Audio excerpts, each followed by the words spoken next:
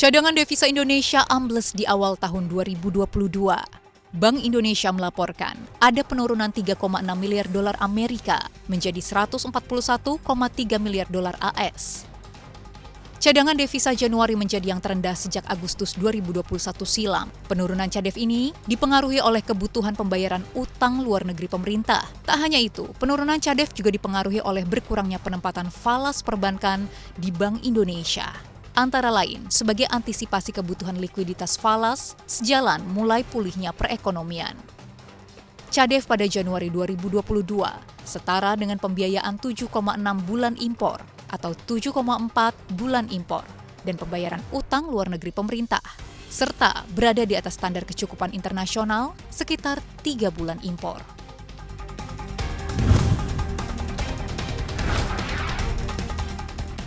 Kabar gembira untuk masyarakat yang ingin memiliki rumah tapak maupun rumah susun.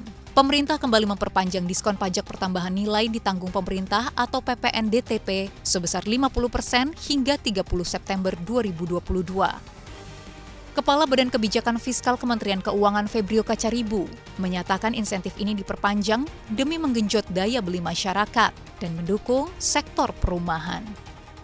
Febrio merinci, diskon PPNDTP rumah 50% diberikan untuk kriteria hunian berbentuk rumah tapak dan unit hunian rusun yang diserahkan secara fisik pada periode pemberian insentif.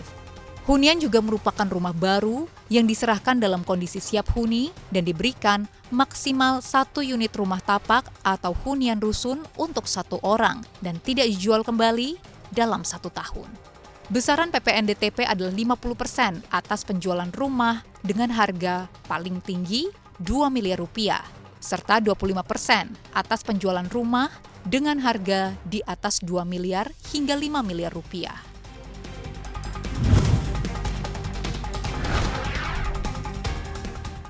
Siap-siap bagi Anda pemburu saham perdana. Bursa Efek Indonesia menyatakan ada 15 perusahaan rintisan atau startup yang akan menggelar penawaran umum perdana saham. Potensi raihan dana dari ajang IPO ini ditaksir mencapai 127 triliun rupiah.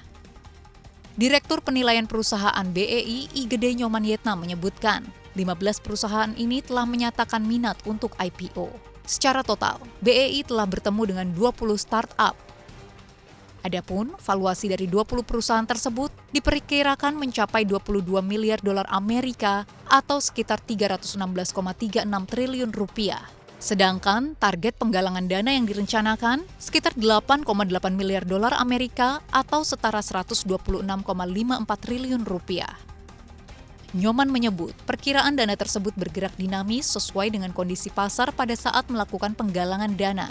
Sementara itu, berdasarkan data BEI hingga 7 Februari 2022, terdapat 5 perusahaan telah melantai di bursa dengan total dana yang berhasil dihimpun mencapai 1,67 triliun rupiah.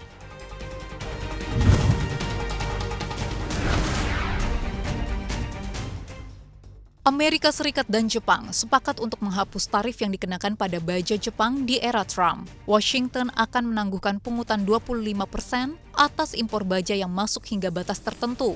Penghapusan tarif ini akan dikenakan pada 1,25 juta metrik ton impor baja Jepang setiap tahun. Pejabat Amerika Serikat mengatakan kebijakan akan berlaku pada 1 April 2022 dan mengharuskan Jepang mengambil langkah untuk memerangi kelebihan kapasitas manufaktur baja global yang sebagian besar berpusat di China. Kesepakatan baru ini pun dikecualikan pada produk aluminium atas permintaan Jepang. Sengketa baja ini dimulai pada 2018 ketika Trump memberlakukan bea masuk pada baja dan aluminium dari Uni Eropa, Asia, dan tempat lainnya dengan alasan resiko keamanan nasional. Uni Eropa kemudian membalas dan menargetkan produk-produk tertentu, termasuk sepeda motor Harley-Davidson, jeans Levi Strauss & Co., dan whisky Bourbon. Sementara Amerika membuat tawaran ke Jepang untuk menyelesaikan perselisihan pada Desember, tetapi Tokyo bertahan agar kesepakatan yang dihasilkan lebih baik dan ingin tarif dihapuskan sepenuhnya.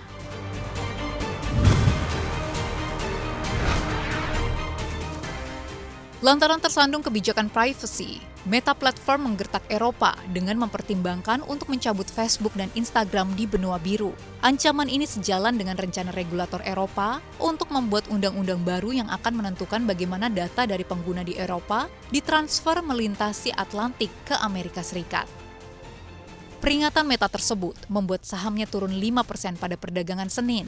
Ini semakin memperdalam posisi saham Meta dan menyentuh level terendah 52 minggu setelah melaporkan pendapatan di bawah ekspektasi. Pernyataan Meta ini sebenarnya sudah sering berulang dan muncul dalam laporan pendapatan perusahaan induk Facebook beberapa tahun terakhir. Meski salah satu juru bicara Meta mengatakan perusahaan tidak berniat untuk menarik diri dari Eropa, tetapi hanya meningkatkan perhatian akan apa yang telah dikatakan dalam pengajuan sebelumnya. Masalah ini telah ramai dibicarakan sejak Juli 2020, ketika pengadilan Eropa memutuskan standar transfer data antara Amerika Serikat dan Uni Eropa tidak cukup melindungi privasi warga negara Eropa.